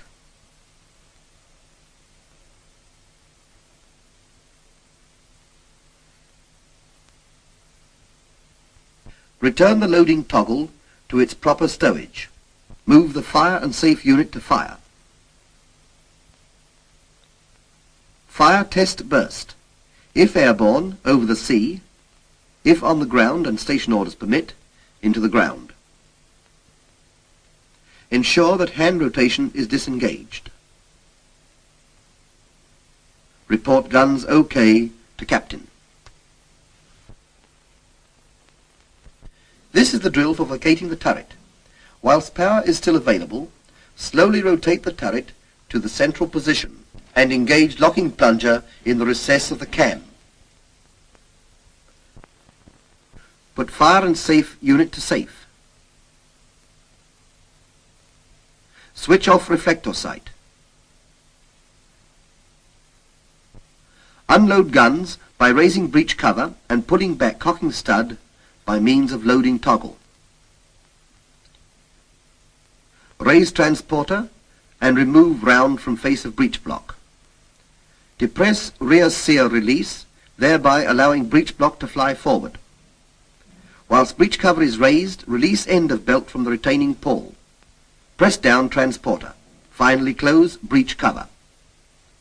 Disconnect intercom. Hold socket with left hand. Pull out jack with right, placing same in pocket. Undo safety belt. Open turret doors and, by gripping handrail in roof of fuselage, swing out of the turret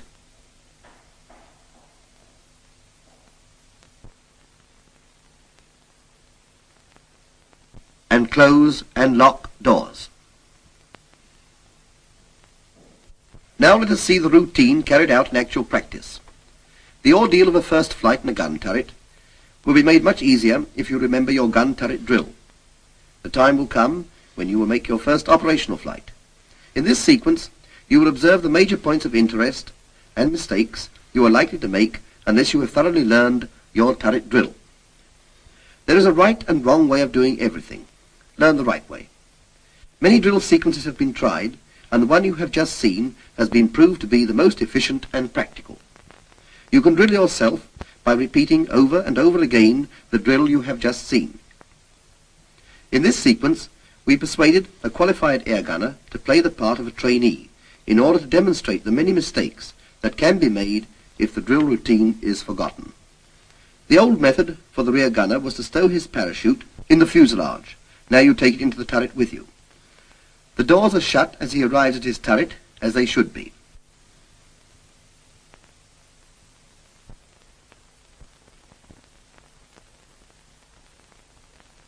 Obviously, he has learned how to swing into a rear turret without taking a rest on the elevator bar. And he is closing his doors in the correct sequence.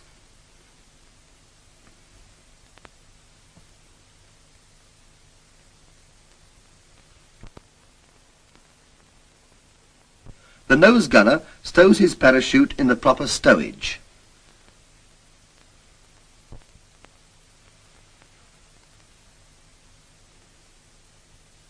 Let us hope for the same efficiency as we had from the tail gunner, but apparently not. First of all, he has to open his doors. No, unlock them first. It's much easier. Now swing in. Not head first, idiot. Feet first. We don't mind you hurting yourself, but mind our turrets. Grip the handrail in the roof of the fuselage and swing in feet first.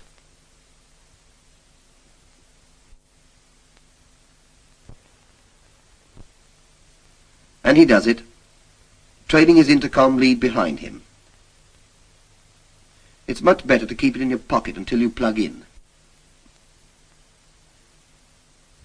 Unless you're careful, you will find yourself getting flustered like this gunner. We know it's his first trip, but take it easy. Now watch this man. It is evident that he has not learned his drill thoroughly, but you can profit by his mistakes. He closed the doors incorrectly, but fortunately remembered to test them, thereby finding out his mistake in time. If he had not, this would have happened in flight, with very unpleasant consequences. Apart from icy cold, the damage might result in loss of life, and certainly the loss of a very good door. Some of the drill is remembered. The safety belt is done up, reflector sight is checked, and set to the correct strength for daylight conditions.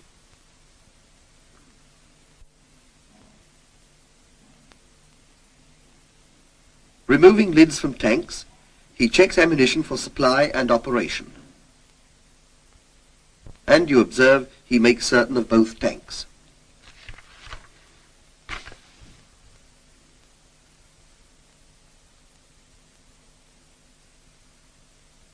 Next, he checks tools and returns them to stowage,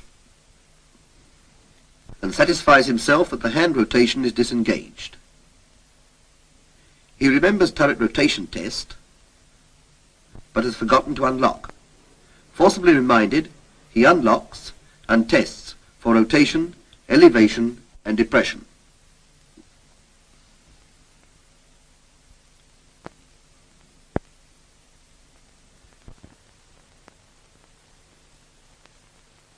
In the scramble and confusion of getting into the turret, he has knocked his microphone switch to the on position, thereby causing considerable annoyance to other members of the aircrew and reducing the strength of the reception throughout the whole aircraft. He now proceeds to load his guns. Watch how, in his endeavour to do the job quickly, his movements are clumsy and jerky, and he has considerable difficulty in threading the arming cable down the duct.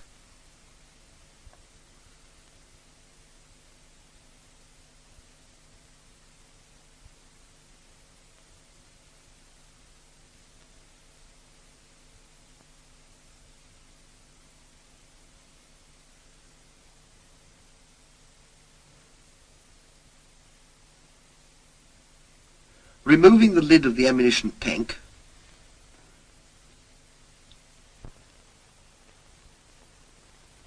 he cannot remember automatically which way round the arming cable is to be positioned. He gets it right, the hook pointing the same way as the bullets, and proceeds to draw the belt up into the feedway.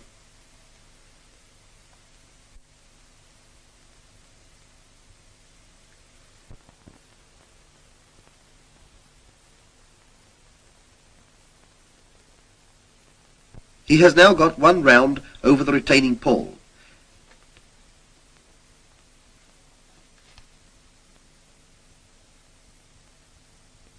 And replaces the arming cable in the correct stowage. He closes the breech cover and cocks the gun once. Good.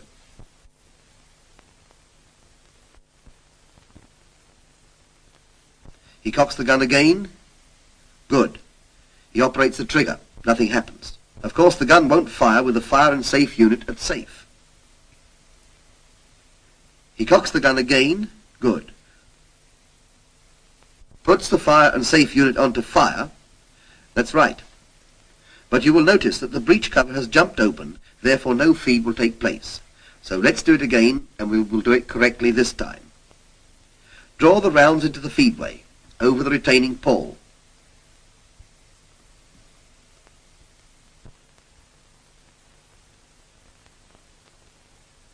Close the breech cover. Replace the arming cable. Cock the guns once. Operate the trigger. Cock the guns again. Put the fire and safe unit onto fire, and the guns will now be ready for action. Now this is a mistake that will very successfully jam the feed of the gun. Always put your tools in the correct stowage.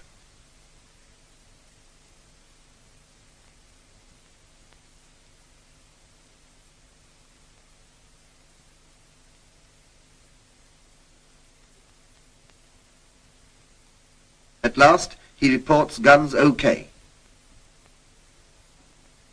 And our air gunner is ready for the air, ready for anything that comes his way, but we hope it won't come this trip. Perhaps his score on the drogue will be better than his turret drill. We won't inquire too closely how the tail gunner got on, but everything appears to be okay. However, we all have to learn, and making mistakes is part of the process. But as we in the Air Force know, it is better and safer to make your mistakes on the ground. That is why I want to impress you with the importance of thoroughly learning your turret drill on the ground, so that, when in the air, you will be better qualified to learn other branches of the air gunner's job. The training crew return from their flight. The nose gunner centralizes and locks his turret while there is still power available.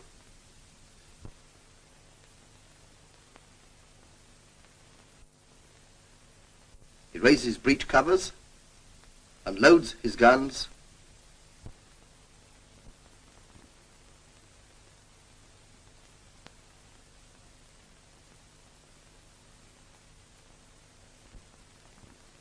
Switches off his reflector sight. So far all is well. He has remembered his end-of-flight drill. But this is not the way to disconnect your intercom. Now let's do it again properly. Notice that he holds the socket in the one hand and pulls out the jack with the other. Neither is this the way to open turret doors, letting them swing violently back, probably causing serious damage. Another fault frequently found is the habit of treading heavily on the locking flange. If this practice is repeated a number of times, the locking flange becomes bent and the bolt will not engage in its socket.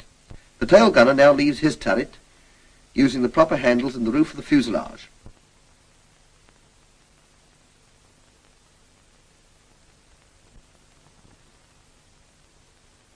And is careful to close and lock his turret doors and also the bulkhead door.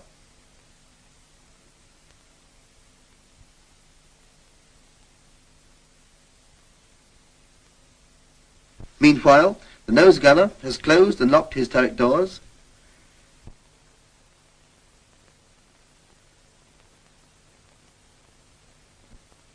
collected his parachute from the stowage, the end of his first training flight. Enough for one day. What you have seen is no exaggeration and shows you how vitally important it is that you should learn and thoroughly master your turret drill.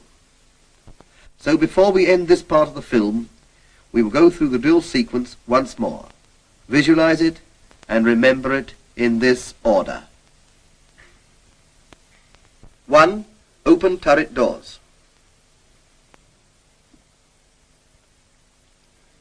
2. Fold back safety harness. 3. Grasp handrail and swing into turret.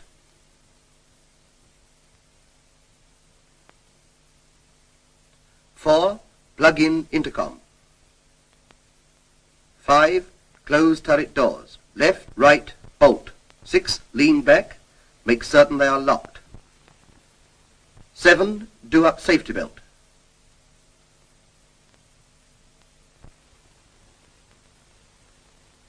8. Test reflector sight.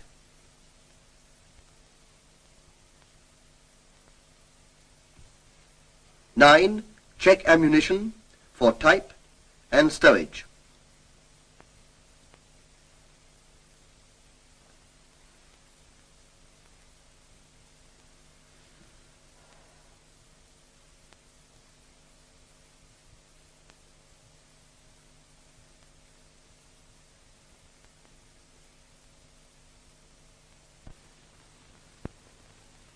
10. Remove tools, check, and return to stowage.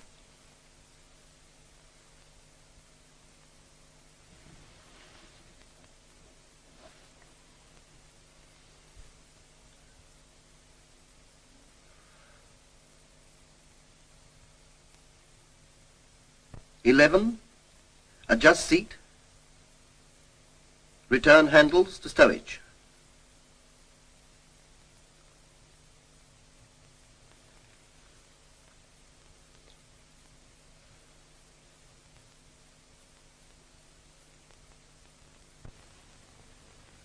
12. Unlock turret. 13. Test rotation, depression, elevation, and firing gear.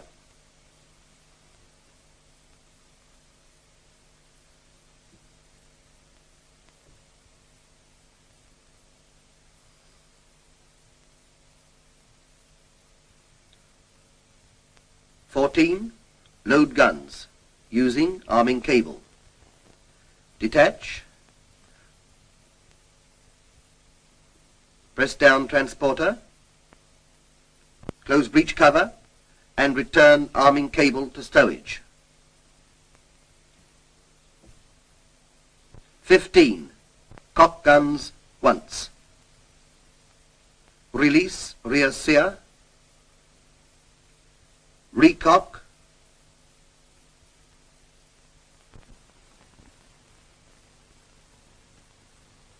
Return loading toggle to stowage. Move fire and safe unit to fire. 16. Fire test burst. 17. Ensure hand rotation is disengaged. 18. Report guns OK to captain. This is the end of flight drill.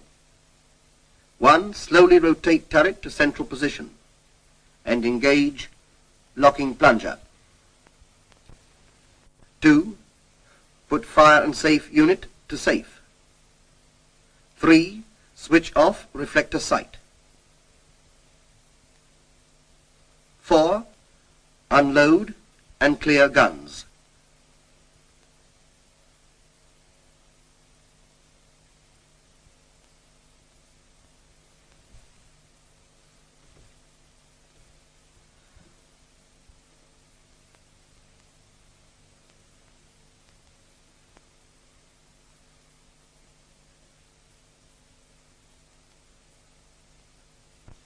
Five, disconnect intercom. 6, undo safety belt. 7, open turret doors. 8, grasp handrail and swing out of turret. 9, close and lock doors. The bolt and pole turret is power operated by an electric hydraulic system providing the air gunner with constant power for training and operating the guns under all conditions. Unlike the Fraser-Nash turret, most of the bolt and pole types cannot be armed when the aircraft is airborne. The arming is carried out on the ground by the armament staff. The purpose of this arming strap, which is being flaked into the ammunition box, is to provide a connection between one box and the other, so that as soon as this box is empty, the ammunition from the second box can be drawn up and refed to the guns. Care must be taken to flake the strap correctly so as to avoid stoppages when loading subsequent boxes. The ammunition must also be correctly flaked in order that the full quantity can be loaded into the box.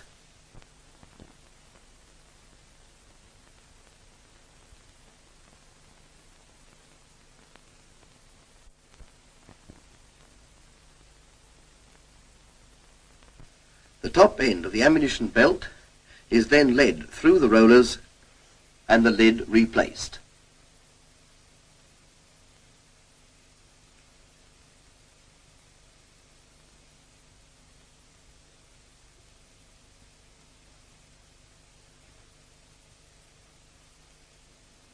There are 4 boxes of ammunition, 1 for each gun. Loading the guns is done preferably by 2 men, 1 to fit the boxes and 1 to draw up the arming strap. Access to the hatch is obtained by the access hatch on the underside of the fuselage.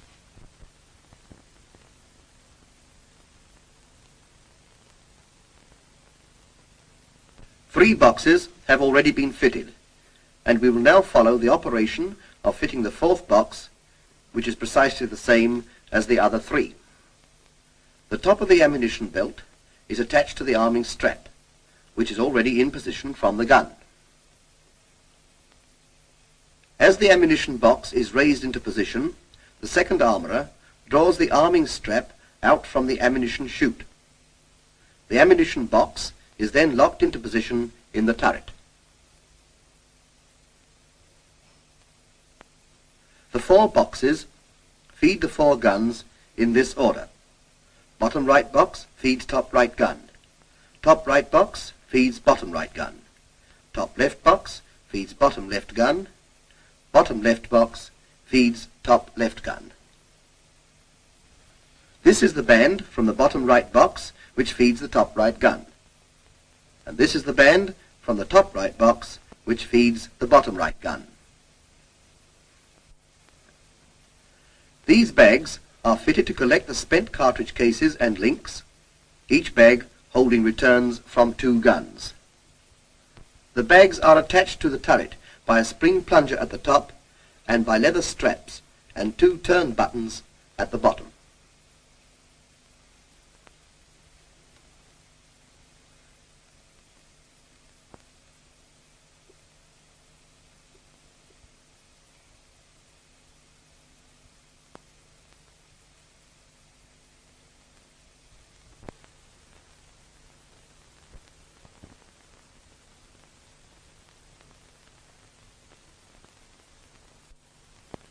The second armourer then proceeds to draw up the ammunition belt by means of the arming strap, detaching the ammunition belt from the arming strap and fitting the first round over the retaining pull. During this operation, the belt must be firmly held or it will slip back down the chute and much time lost in threading through the new arming strap. The transporter is then put down and the breech cover closed, the armourer making sure that it is securely locked. The arming door is then closed and locked. The armourers having done their job, we will now follow the routine and procedure of an operational air gunner in a Defiant aircraft. The gunner stows his parachute on the right-hand side of the turret, although the latest instructions are for the parachute to be clipped onto one's harness. The correct method of entry into the turret is by grasping the vertical stay tubes. When the gunner seats himself, he makes sure that his feet are on the footrest. The turret doors are closed by operating ratchets on either side. Success with your firing in a 2-seater aircraft depends entirely upon the teamwork of gunner and pilot, and the strictest attention to every detail is vital. The experienced air gunner follows the routine as a matter of habit. Observe his actions. He plugs in intercom, ensures that free and engaged lever is in the engaged position. The sight switch is switched on and reflector sight tested. Firing switch is turned over to gunner and he proceeds to cock his 4 guns. You will observe that this experienced gunner's movements are deliberate and unhurried. Each gun is cocked once.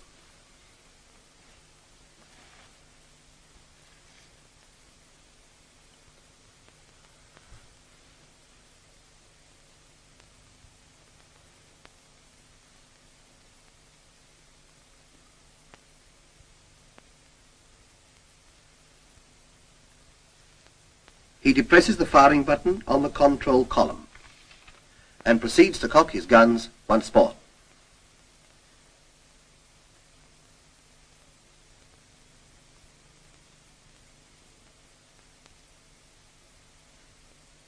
After each gun is cocked, the fire and safe is put to fire and the guns are ready.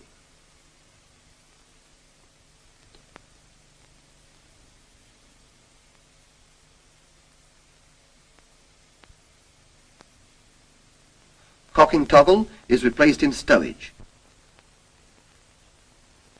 and the retracting fairings lever is turned to the left and the main switch turned on. The turret is then rotated to the stowed forward position, ready to take off.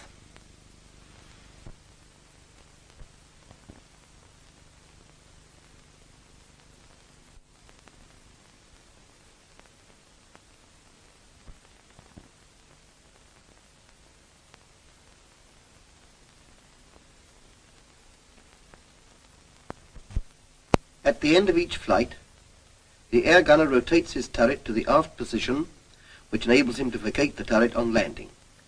The turret can be rotated by hand, but the wise gunner rotates by power before engine is switched off by pilot. Before leaving the turret, all switches are switched off, fire and safe put to safe,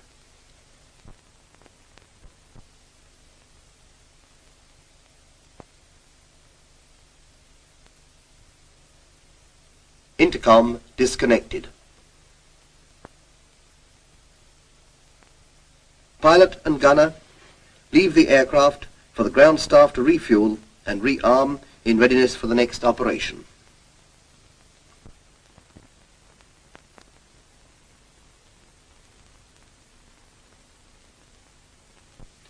All this seems very simple and straightforward. So it is when you know how. Let us therefore take the whole routine and procedure stage by stage, so that we can drill it into our minds and thus gain efficiency. Follow every action and movement of this airman and try to remember them in their proper order. Arriving at the aircraft, the airman pulls down the step on the wing and the footrest from the side of the fuselage. Climbs onto the wing and places parachute in the stowage provided. As you may know, the position of an airman in his turret is not the most comfortable. It certainly is not an armchair seat, but he can adjust the seat for height so that every control is within easy reach. The height of the seat in relation to the reflector sight is important, and it should be adjusted so that one's cheek finds itself resting against the pad by just bending the body forward.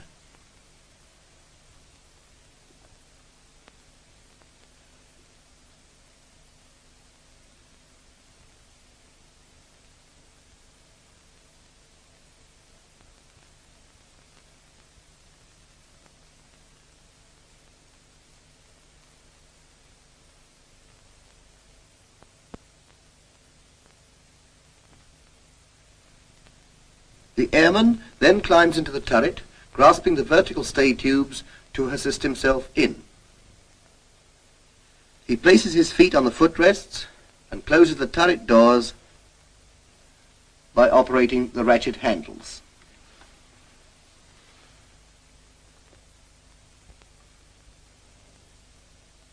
Now this is the view of the panel from the airman's eye line. Its apparent complexity is simplified by a close-up description of each component and the part it plays in the routine before the airman reports, "Guns OK." He first plugs in the intercom.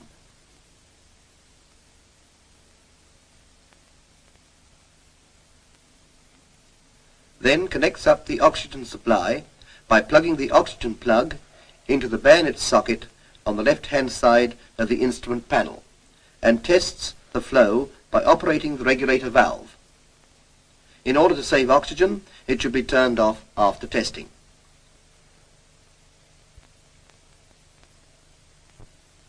He makes sure that the free and engaged lever is in the engaged position. He checks his cocking toggle to see that it is there and replaces it in its holder.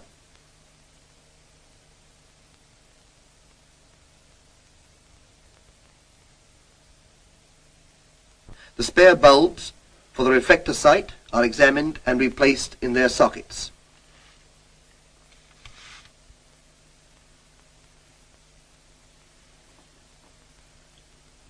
He checks the radius of the cheek pad for free movement, switches on and tests reflector sight.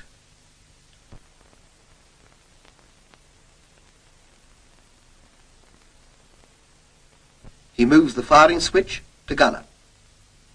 All 4 guns are then cocked once, although on the screen we are showing 1 gun only being cocked. And on depressing the firing button, the 4 guns are cocked again.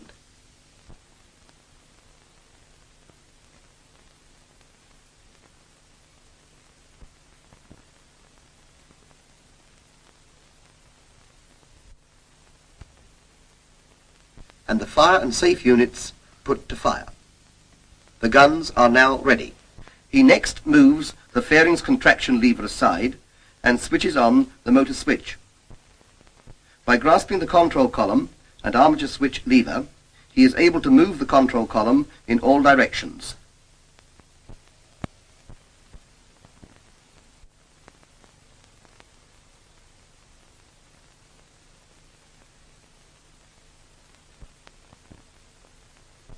The airman is thus assured that the turret is indeed rotating. Turret movements are tested under power.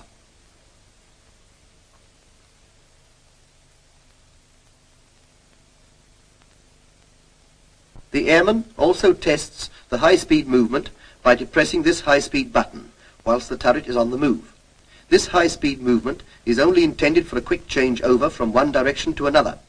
It does not improve the motor and should not be maintained for long periods.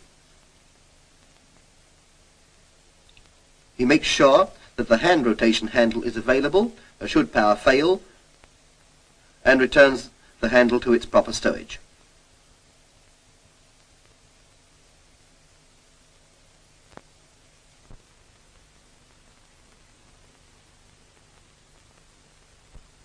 He then power operates the turret into the forward stowed position, secures his safety strap,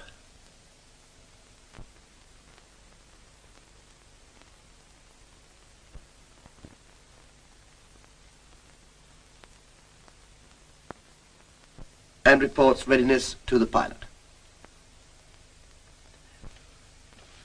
At the end of the flight, the following procedure is carried out. The airman switches off the motor switch, operates fairings control lever, puts fire and safe units to safe, switches off a firing switch, reflector sight switch, sight master switch, disconnects intercom, disconnects oxygen supply, unfastens safety belt, opens doors by pushing release handle forward, and vacates turret, taking parachute with him.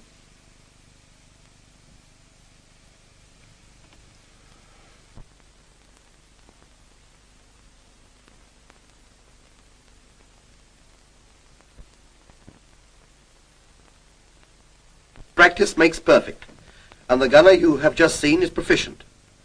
Let us now take you in a bolt and pole turret for the first time. Discover how much you have learned and how much forgotten of bolt and pole drill. Not a good start off. He is trying to get in the turret the wrong way by grasping the doors. You will find it much easier by taking a grip on the vertical stay tubes. Now don't forget to place your feet on the footrests, or you may get them badly injured when you start to rotate the turret. One thing no gunner ever forgets is to close his turret doors. For one thing, it becomes very drafty if you don't, and very few gunners ever forget to plug in their intercom. Our gunner also remembers to connect up the oxygen supply, and then turns his attention to the free and engaged lever, which is now in the engaged position. But you cannot check your sight until you have switched on your master sight switch. Now he can check his sight, which, satisfactory, he turns the firing switch to gunner. The word gunner reminds him that this is the time to cock guns. Each gun is cocked once.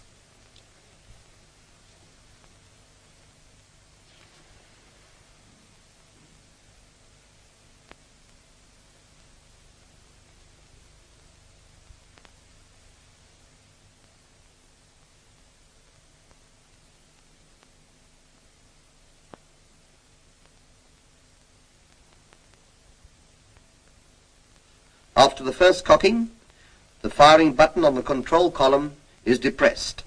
So far, so good. After all 4 guns have been cocked, the guns are cocked again.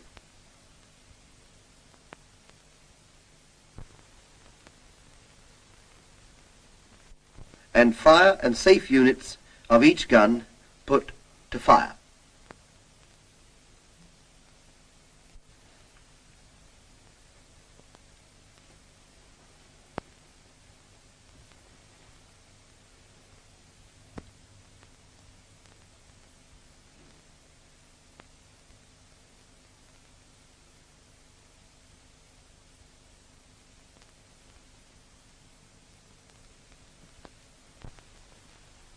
And I'm glad to observe that the cocking toggle is returned to its holder.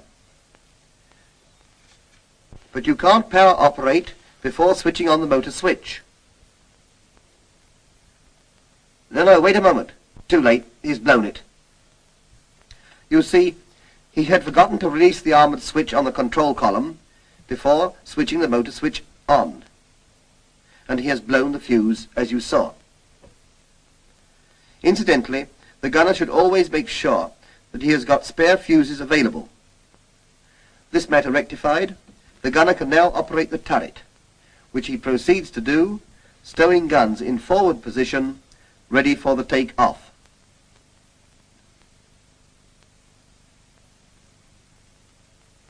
Safety strap secured.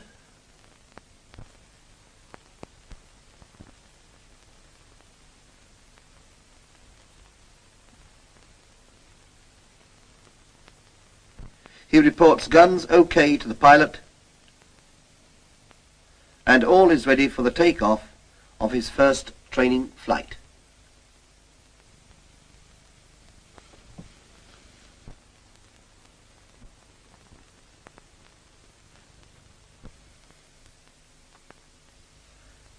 On the return of the aircraft, the drill routine is switch off the motor switch. Operate free and engaged lever. Put fire and safe units to safe.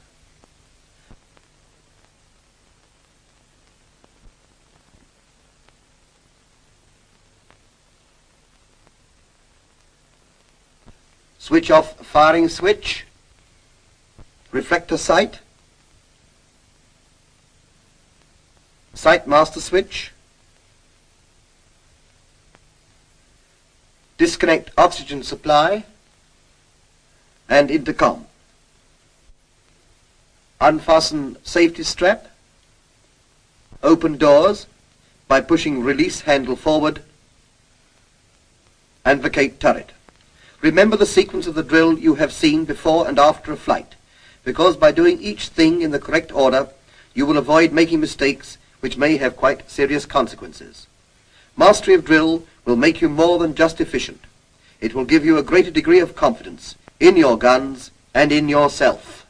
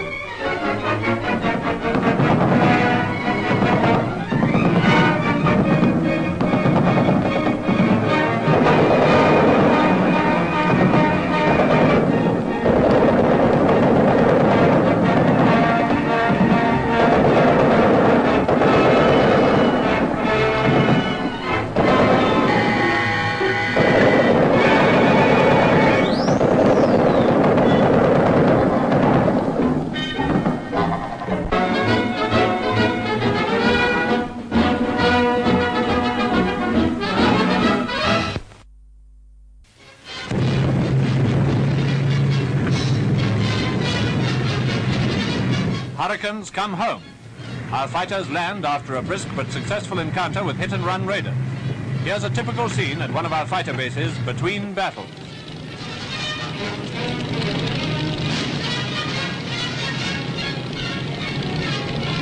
These are some of the boys who've already blunted Hitler's air offensive. In due course, they'll stop it altogether. They take it easy between raids, and there's always plenty of sport to be had when there's no serious work to be done in the sky. When the alarm does come, not a second is lost. Blue section only.